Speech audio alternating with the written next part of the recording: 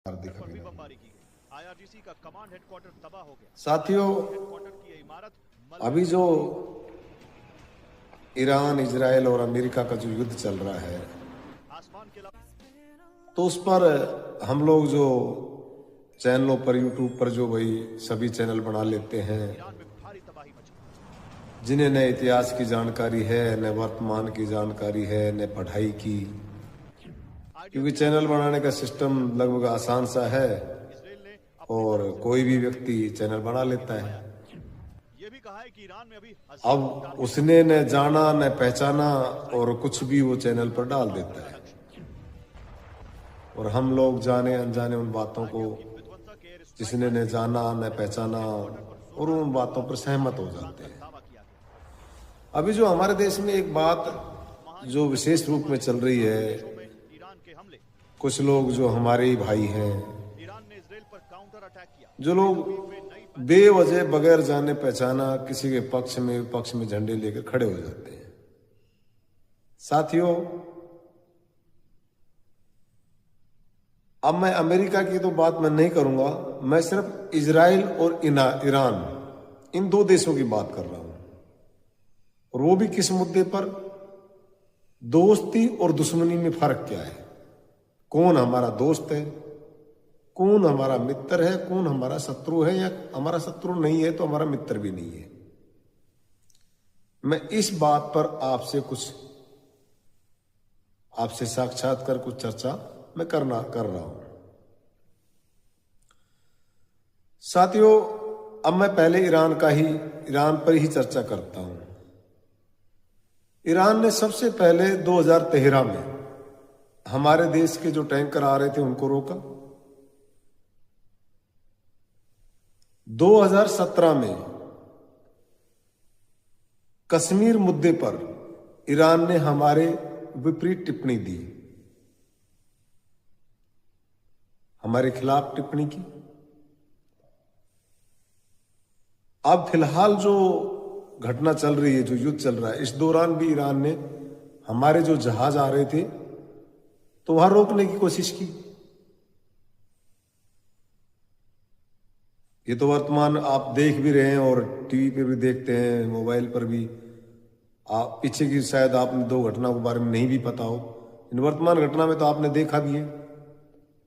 अब आती इजराइल की बारी। इजराइल ने 1971 की लड़ाई में हमारे देश को गोला बारूद दिया, हथियार दिए। 1962, 1965 और 1971 की लड़ाई में इजराइल ने हमारे देश को हथियार और साजो सामान, गोला बारूद, हमारे देश की मदद की। 1999 में करगिल युद्ध में, जो करगिल की लड़ाई हुई, उसमें हमारे देश के लिए लेजर गाइड मिसाइलें इजराइल ने दी। बहुत सी टेक्निक चीजों में इजराइल हमारी मदद करता है। 2001 में जब भूकंप आया, इजराइल ने हमारे देश के लिए मदद भेजी। अब आइए कृषि क्षेत्र। कृषि क्षेत्र में इजराइल का भारत को बड़ा सहयोग है। इजराइल ने हमारे देश में कृषि के लिए बहुत सी टेक्निकें, बहुत से जो कृषि के लिए जो जरूरतमंद जो चीजें हैं, मशीनरी है या और भी खाद्य है, दवाइयां हैं, इस क्षेत्र में इजराइल ने हमारी देश की काफी मदद की है। और इजराइल हमारे देश के लिए हर संभव हमारे साथ खड़ा रहता है। तो अब फैसला आपको करना है, हमारा दोस्त कौन है और हमारा दोस्त कौन नहीं है।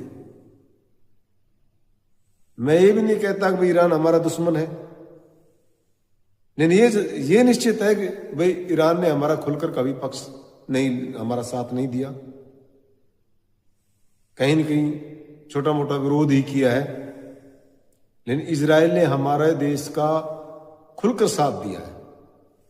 और रही बात, हम सब भारतवासी, चाहे हमारे भारत में, चाहे हम हिंदू हो, मुस्लिम हो, सिख हो या ईसाई हो, सबसे पहले हम भारतीय हैं।